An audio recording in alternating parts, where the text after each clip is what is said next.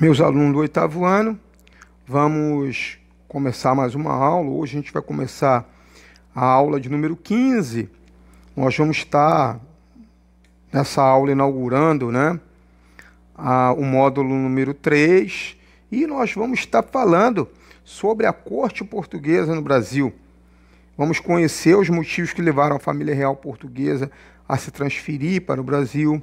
Vamos também identificar os principais acontecimentos do período joanino. Vamos entender os principais conflitos do período joanino, tá? E para a gente começar, vamos fazer uma contextualização do que estava acontecendo no continente europeu, e que implicou diretamente e virou o motivo para a vinda da família real, a necessidade da vinda da família real para o Brasil. No módulo anterior, no módulo 2, final do módulo 2, a gente viu toda a questão de Napoleão, do Império Napoleônico, Napoleão com aquela política expansionista, invadindo vários países. Ele era contra também a política absolutista, então isso também foi um dos motivos que levou Napoleão a invadir vários países. Ele queria ter a hegemonia comercial na Europa, que até então pertencia à Inglaterra, Então, o Napoleão, na verdade, o período napoleônico, ele transformou todo o cotidiano dos países europeus, inclusive o Portugal.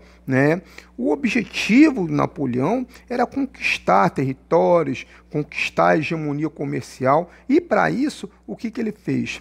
Ele tomou uma medida para atrapalhar, para impedir, o livre desenvolvimento do comércio inglês na Europa. Ele proibiu países europeus, do continente europeu, de comercializar com a Inglaterra, declarando o chamado bloqueio continental. Falei para vocês que esse assunto é muito importante por causa disso, porque o bloqueio continental, decretado por Napoleão Bonaparte, foi desobedecido por Portugal. Então, o que aconteceu? Portugal decidiu desobedecer, Napoleão enviou tropas para Portugal, através da fronteira com a Espanha, e com isso a família real portuguesa se viu em perigo. E a partir disso surge a necessidade de sair de Lisboa. Bem, aí a gente tem um quadro, um quadro histórico, e esse quadro relata os momentos que antecedem o embarque da família real portuguesa junto com a sua corte, do Porto de Lisboa, com direção ao Brasil. Bem, então foi feito um acordo para que isso acontecesse, Foi feito um acordo entre Dom João, e o governo inglês. E a marinha inglesa, ela se propôs a escoltar a família real portuguesa junto com a sua corte até o Brasil. Mas por que ela fez isso? Porque ela tinha interesses, de estabelecer negócios aqui no Brasil e também na região do Prata. Então, o Dom João, nessa época, ele governava Portugal por causa de problemas de saúde com sua mãe, Dona Maria. Então, ele decidiu por essa vinda para o Brasil, justamente por causa das medidas tomadas pelo exército napoleônico. Durante essa travessia do Atlântico, parte da comitiva, em especial a parte que estava o Dom João, ele atracou na Bahia, e lá ele tomou algumas medidas. A primeira medida que ele tomou foi, ele decretou a abertura de portos às nações amigas. E outra medida que ele tomou também foi diminuir a tarifa de importação de produtos ingleses. Na época, para ser um produto inglês para ser trazido para o Brasil, pagava-se uma taxa de 24%. Então, o Dom João, o que ele fez? Ele tirou 15%. Deu um abatimento de 15%. Então, para trazer produtos ingleses, pagaria-se uma taxa de importação de apenas 9%. Tá? E esse abatimento levou o nome de Tratado de Navegação e Comércio. Tá? Então, guardem isso. Esse abatimento teve o nome de Tratado de Navegação e Comércio. Bem, aqui eu coloquei também um quadro, um painel, tá? É um painel de história, a chegada de Dom João VI à Bahia. É um painel produzido por Cândido Portinari, né? Esse painel foi produzido em 1952, é um óleo sobre tela, é um painel de grandes dimensões, ele tem 3,81 por 5,80, quase 6 metros, né? Então, esse painel está aqui no Rio de Janeiro. Bem, outra medida também muito importante tomada por Dom João foi a revogação do alvará, que proibia o estabelecimento de manufaturas. Tá? Que acontece? O Brasil passou a poder, tá, criar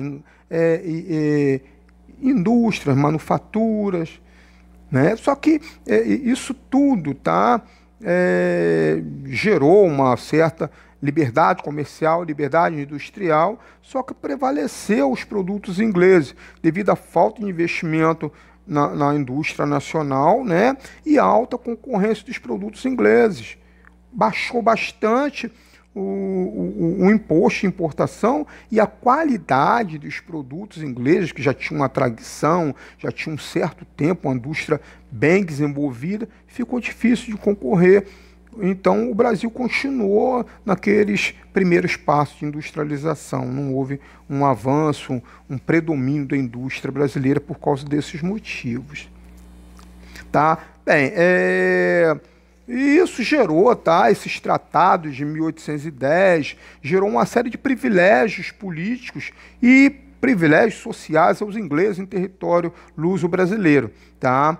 O Tratado de Comércio e Navegação, por exemplo, os ingleses fixados no Brasil, tá, eles tinham, se cometesse algum delito, eles tinham o direito de serem julgados segundo as leis inglesas. Tá? No Rio de Janeiro existia um tribunal britânico, e esse tribunal, ele seria o responsável por julgar o cidadão inglês. Tá? E uma das coisas que a Inglaterra exigiu que o Brasil tomasse uma medida é o fim do tráfico negreiro. Tá? Houve também, né, toda uma ampliação da hegemonia inglesa, não só comercial, mas hegemonia política, hegemonia econômica. Bem, mas o primeiro desentendimento de Dom João com a Inglaterra, tá, aconteceu em 1815. O Dom João, ele sempre reafirmou a soberania portuguesa, tá? Então ele ordenou a ocupação militar da banda oriental do Uruguai. Então, ele justificou a sua intervenção pelo fato da Argentina ter ocupado a capital Uruguai em 1814, tá? E a Inglaterra, ela apoiava o governo argentino, tá? Então, na luta contra a coroa espanhola, e ela também era contrária à posição de Dom João, porque Dom João, ele queria anexar a banda oriental, que é o atual Uruguai, com um nome, né, de província cisplatina. Bem, então Dom João, para ter respaldo, autoridade para tomar as medidas que ele já estava intencionando tomar, ele elevou o Brasil à categoria de Reino Unido, de Portugal e Algarves. Então, a Inglaterra já não estava mais tratando com uma colônia, estava tratando com um reino. Tá? Então, o governo português, a partir de então, ele passou a ficar instalado aqui. Tá? Aqui não era mais um território colonial. Aqui passou a ser um reino. Tá? E só que em 1815, o Congresso de Viena exigiu o retorno da família real a Portugal. E Dom João tinha um receio do seguinte: ele sair daqui e começar algum processo de independência da colônia. Bem, tá aqui é quando aconteceu, né, do Dom João elevar o Brasil à categoria de reino de Portugal, Brasil, Algarves. Esse momento, né, é um quadro também, um quadro de história, né, e que retrata esse momento. Bem, então a presença da corte portuguesa no Brasil foi uma coisa muito boa, né? Teve mudanças econômicas, transformações sociais, transformações culturais e até mesmo transformação na infraestrutura. O Rio de Janeiro, que é o lugar onde a família real portuguesa residia, né? Foi um canteiro de obras, né? Obras diversas, de pavimentação, construção de novas residências, tudo para quê? Para bem abrigar a corte portuguesa. E Dom João, né, decidiu investir em setores administrativos, setores culturais, setores educacionais. Para quê? Para a corte portuguesa, que estava acostumada em Lisboa, tal, quando viesse para o Rio de Janeiro, não sentisse tanta diferença. Tá? Então, ele fundou aqui 2 escolas de medicina, uma escola de medicina na Bahia, uma escola de medicina no Rio de Janeiro. Ele fundou a Academia Real Militar, ele fundou, né, criou o Arquivo Militar, a Biblioteca Real, né? Ele criou também a Imprensa Régia, criou o Banco do Brasil, criou o Jardim Botânico, e tudo isso com o objetivo de tornar o Rio de Janeiro parecido com Lisboa. Uma da outra coisa que ele fez, ele investia muito em cultura, era muito ligado à arte. Ele trouxe para o Brasil, em 1816, a Missão Artística Francesa, um grupo de artistas renomados que aqui, além deles cuidarem do entretenimento, da beleza do Rio de Janeiro, né, embelezar os palácios, fazer peças de teatro, eles fundaram também, né, uma academia de belas artes aqui no Rio de Janeiro. Tá aqui uma figura, né, representando o casario do Rio de Janeiro em 1816, que foi confeccionado por Debré, um dos integrantes da missão francesa, e inclusive era muito importante, era um dos principais, e era intitulado A Alma da Missão Francesa, né? Bem, só que dentro ainda, voltando um pouco na questão cisplatina, né, que é o atual Paraguai, o Uruguai, ele despertava um interesse muito grande de Dom João. Tá? E como era constante conflito entre Portugal e Espanha por causa do Uruguai, né? Em 1816, tá? As Províncias Unidas do Rio da Prata e da Banda do Uruguai se tornaram independentes da coroa espanhola. Tá? Então, o que fez? Tá? Mesmo com a resistência do José Ortigas, teve um combate na região para que isso não acontecesse, né? O Dom João anexa o território do uruguaio a Portugal, com o nome de Província Cisplatina. Então, a partir dessa época, né, o que hoje é o Uruguai chegou a pertencer ao Brasil com o nome de Província Cisplatina. Eu coloquei para vocês verem aqui, né, o mapa, a região que é o atual Uruguai, na época era a Província Cisplatina, e isso durou de 1817 até 1828. Tá? Bem, e um outro fato, outro evento que aconteceu durante o período joanino, né? A gente chama de período joanino, o período em que Dom João teve à frente daqui do reino do Brasil, tá? Foi em 1817, aconteceu uma revolta de grandes proporções no Nordeste brasileiro, tá? E nessa revolta, tá? Os participantes, eles eram senhores de terras, padres, militares, comerciantes, e